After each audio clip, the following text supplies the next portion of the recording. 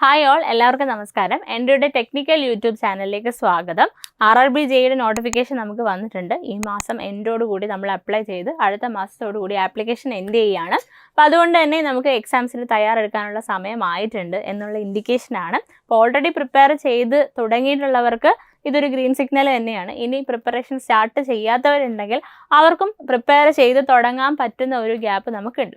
അപ്പോൾ നമ്മൾ RRBJ exam എടുക്കുമ്പോൾ നമുക്കറിയാം 2 ടയറായിട്ട് നടക്കുന്ന എക്സാമാണ്. CBT 1 ഉണ്ട്, CBT 2 ഉണ്ട്. ആൻഡ് CBT 1 എന്ന് പറഞ്ഞാൽ നോൺ ടെക്നിക്കൽ പോർഷൻസ് മാത്രം ഇൻക്ലൂഡ് ചെയ്താണ് പരീക്ഷ നടത്തുന്നത്.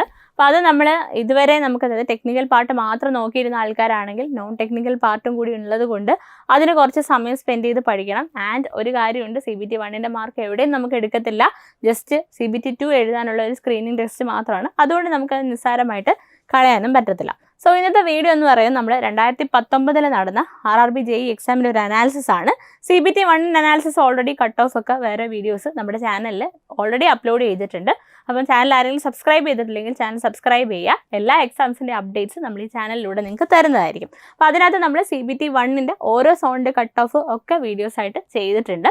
അപ്പോൾ നമുക്ക് CBT 1ൻ്റെ ഒരു പേപ്പർ എടുത്ത് നോക്കിക്കഴിഞ്ഞാൽ കുറേ നമുക്ക് നോൺ ടെക്നിക്കൽ കണ്ടൻറ്റാണ് ഉള്ളത്. അപ്പോൾ അതിനകത്ത് തന്നെ നിങ്ങൾക്ക് നോക്കിക്കഴിഞ്ഞാൽ മാത്തമാറ്റിക്സിന് 30 ക്വസ്റ്റ്യൻസ് ആണുള്ളത്. അതുപോലെ തന്നെ ജനറൽ ഇൻ്റലിജൻസ് ആൻഡ് റീസണിങ് എടുത്തു കഴിഞ്ഞാൽ 25 question, general awareness 15, general science 30, total 100 questions ആണ് നമുക്കുള്ളത്. ഓക്കെ, 100 മാർക്കിന് അല്ലെങ്കിൽ 100 ക്വസ്റ്റ്യൻസ് ആണുള്ളത്.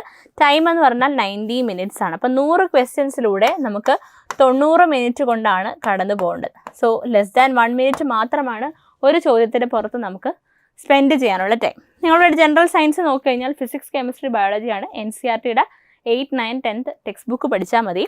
അതുപോലെ തന്നെ മാത്തമാറ്റിക്സ് എടുത്താലും NCERTയുടെ ടെക്സ്റ്റ് ബുക്ക് പഠിച്ചാൽ മതി.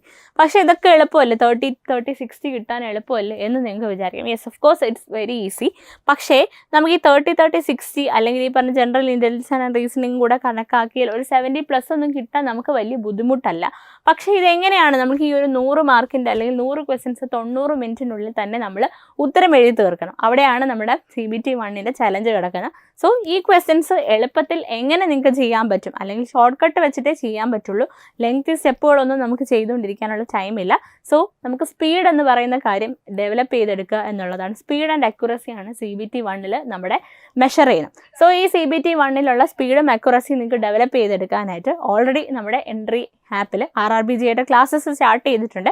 ആൻഡ് CBT 1 കംപ്ലീറ്റ്ലി നോൺ ടെക്നിക്കലാണ്. നോൺ ടെക്നിക്കലിൻ്റെ ക്ലാസ്സസ് ഹാൻഡിൽ ചെയ്യുന്നത് SSCJയിലൊക്കെ പ്രൂവൻ റെക്കോർഡുള്ള ടീച്ചേഴ്സാണ്. അപ്പോൾ അതുകൊണ്ട് തന്നെ അവർ നിങ്ങൾക്ക് സിമ്പിളായിട്ട് സ്റ്റെപ്സ് കുറച്ച് ടൈം കുറച്ച് കറക്റ്റായിട്ട് ആൻസറിലേക്ക് എത്തിക്കുന്ന മെത്തേഡ്സ് പറഞ്ഞു തരുന്നതായിരിക്കും. സോ ഇതാണ് നമ്മുടെ CBT 1. അപ്പോൾ CBT 1 നിങ്ങൾ ക്വാളിഫൈ ചെയ്ത് കഴിഞ്ഞാൽ you can write CBT 2 exam അല്ലേ. അപ്പോൾ CBT 2ൽ നമുക്കറിയാം 150 മാർക്കിൽ 100 മാർക്കും ആര് തന്നെയാണ് ടെക്നിക്കലാണ്. സോ ഇന്നത്തെ വീഡിയോയിൽ നമ്മൾ ഇപ്പോൾ ഇവിടെ മെയിനായിട്ടും സിവിൽ എഞ്ചിനീയറിങ്ങിൻ്റെ 2019 ഓരോ ഷിഫ്റ്റിലും എത്ര ക്വസ്റ്റ്യൻസ് വീതം ഓരോ സബ്ജക്റ്റിനും ചോദിച്ചിട്ടുണ്ട്, ഏത് സബ്ജക്റ്റാണ് മുൻതൂക്കം കൂടുതൽ. നിങ്ങൾ CBT 1 മാത്രം ഇപ്പോൾ പഠിച്ച് തുടങ്ങാൻ നിൽക്കരുത്. CBT 1 പഠിക്കുന്നതിനോടൊപ്പം തന്നെ എല്ലാ ദിവസവും കുറച്ച് സമയം നമ്മൾ CBT 2നും കൂടി സ്പെൻഡ് ചെയ്യണം. സോ ഏത് സബ്ജക്റ്റ് വേണം നിങ്ങൾ ഏറ്റവും കൂടുതൽ സമയം കൊടുത്ത് പഠിക്കേണ്ടത്, അല്ലെങ്കിൽ ഏറ്റവും ഇമ്പോർട്ടൻസ് ശ്രദ്ധിച്ച് പഠിക്കേണ്ട സബ്ജക്ട്സ് ഏത് എന്നൊക്കെ മനസ്സിലാക്കാൻ ഈ ഒരു സെഷനിലൂടെ നിങ്ങൾക്ക് മനസ്സിലാവും. ഓക്കെ, അപ്പോൾ നമുക്ക് ആദ്യത്തെ സബ്ജക്റ്റ് എന്ന് പറഞ്ഞാൽ ബിൽഡിംഗ് മെറ്റീരിയൽസ് പ്ലസ് കോൺക്രീറ്റ് ടെക്നോളജിയാണ്. നമുക്ക് ഏത് ഷിഫ്റ്റ് എടുത്ത് നോക്കിയാലും 25+ ക്വസ്റ്റ്യൻസ് ഉണ്ട്, അല്ലെങ്കിൽ 20+ ക്വസ്റ്റ്യൻസ് ഓൺ ആവറേജ് ഉണ്ട്. അതായത് 28ാം തീയതിയിലത്തെ ഷിഫ്റ്റ് 1 നമ്മൾ എടുത്തു കഴിഞ്ഞാൽ 28 ക്വസ്റ്റ്യൻ, ആൻഡ് ഷിഫ്റ്റ് 2ൽ 26 ക്വസ്റ്റ്യൻ. 29ാം തീയതിയിലത്തെ നമുക്ക് ക്വസ്റ്റ്യൻ 22 ഒരു റീ എക്സാം നടന്നിട്ടുണ്ടായിരുന്നു. റീ എക്സാമിൽ നമുക്ക് 25 ക്വസ്റ്റ്യൻ ആയിട്ടുണ്ട്. അപ്പോൾ ഇങ്ങനെയാണ് നമ്മുടെ ബിൽഡിംഗ് മെറ്റീരിയൽസ് ആൻഡ് കൺസ്ട്രക്ഷൻ നമ്മുടെ കോൺക്രീറ്റ് ടെക്നോളജിയിൽ നിന്ന് ക്വസ്റ്റ്യൻസ് വന്നിട്ടുള്ള.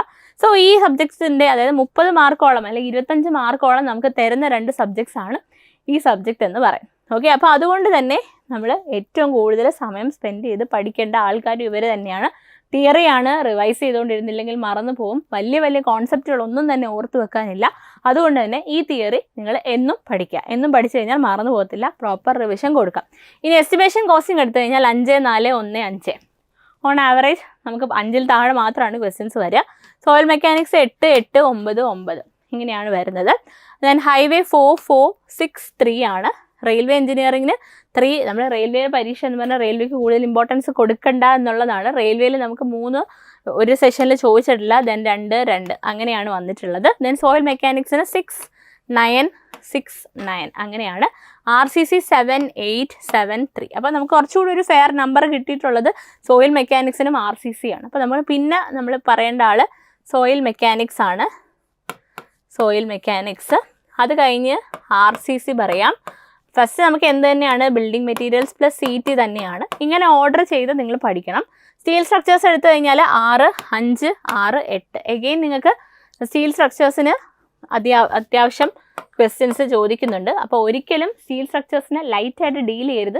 നമ്മുടെ സ്റ്റേറ്റ് ഗവൺമെൻറ് എക്സാംസിനൊക്കെ സ്റ്റീലിൽ നിന്ന് 2 3 ക്വസ്റ്റ്യൻസ് ചോദിക്കാറുള്ളൂ. അപ്പോൾ സ്റ്റേറ്റ് ഗവൺമെൻറ് എക്സാംസ് മാത്രം എഴുതിക്കൊണ്ടിരുന്ന ആൾക്കാർ ഇവിടെ ഒരു കാര്യം ശ്രദ്ധിക്കേണ്ടത്, സെൻട്രൽ ഗവൺമെൻറ് എക്സാം ആയതുകൊണ്ട് തന്നെ അതും അല്ലെങ്കിൽ RRBയിൽ നമുക്ക് കഴിഞ്ഞ വർഷത്തെ പരീക്ഷകളിൽ സ്റ്റീലിന് അത്യാവശ്യം വെയിറ്റേജ് ക്വസ്റ്റ്യൻസിന് വന്നിട്ടുണ്ട്. സോ അത് മനസ്സിലാക്കി വേണം പ്രിപ്പയർ ചെയ്യാനായിട്ട്. Then fluid mechanics 5 4 6 5. Then surveying 3 2 2 6. Surveying ഒക്കെ സിമ്പിൾ സബ്ജക്ട്സ് ക്വസ്റ്റ്യൻസ് വളരെ കുറവാണ് വന്നിട്ടുള്ളത്. Applied mechanics 2 5 3 4. വളരെ എളുപ്പമുള്ള പേപ്പറാണ് അപ്ലൈഡ് മെക്കാനിക്സ്. അതിൽ നിന്ന് നമുക്ക് ക്വസ്റ്റ്യൻസ് 5ൽ താഴെ മാത്രമാണ് ചോദിച്ചിട്ടുള്ളത്. CPM പട്ട് ഒരു സെഷനിൽ നമുക്ക് ചോദ്യം വന്നിട്ടില്ല. ദെൻ ഓട്ടോ ക്യാഡ് ഒരു 1 3 1 അങ്ങനെ വളരെ റെയർ ആയിട്ട് ചോദിച്ചു. ഇറിഗേഷനും യു ക്യാൻ സി 3 2 2 4 ആയിട്ട് ചോദിച്ചിട്ടുണ്ട്. എൻവയൺമെൻറ്റൽ 8 6 6 4. അടുത്ത നമ്മുടെ വെയിറ്റേജിനുള്ള ആളായിട്ടുണ്ട്. എൻവയൺമെൻറ്റൽ എഞ്ചിനീയറിംഗ് ആണ്. ദെൻ നിങ്ങൾക്ക് എഞ്ചിനീയറിംഗ് ഡ്രോയിങ് 7 4 6 1. ദെൻ ടണൽ എഞ്ചിനീയറിംഗിൽ നിന്ന് ക്വസ്റ്റ്യൻസ് ഒന്നും തന്നെ വന്നിട്ടില്ല. ഒരു സെഷനിൽ മാത്രം 2 ക്വസ്റ്റ്യൻ വന്നിട്ടുണ്ട്. സ്ട്രക്ചറൽ അനാലിസിസിന് യു ക്യാൻ സി 4 2 3 എന്ന് പറഞ്ഞ ക്വസ്റ്റ്യൻസ് ഉണ്ട്. എയർപോർട്ടിൽ നിന്ന് 2 3. എയർപോർട്ടൊക്കെ പഠിക്കണം. ദെൻ കോൺട്രാക്ട് ആൻഡ് അക്കൗണ്ട്സിൽ നിന്ന് കുറച്ചുണ്ട്. Then bridge, then engineering economy. അപ്പോൾ ഇതിൽ നിന്നെല്ലാം, അതായത് ഈ താഴെ ഞാൻ പറഞ്ഞിരിക്കുന്ന ടണൽ, സ്ട്രക്ചറൽ അനാലിസിസ് 4 ക്വസ്റ്റ്യൻ ചോദിച്ചിട്ടുണ്ട്.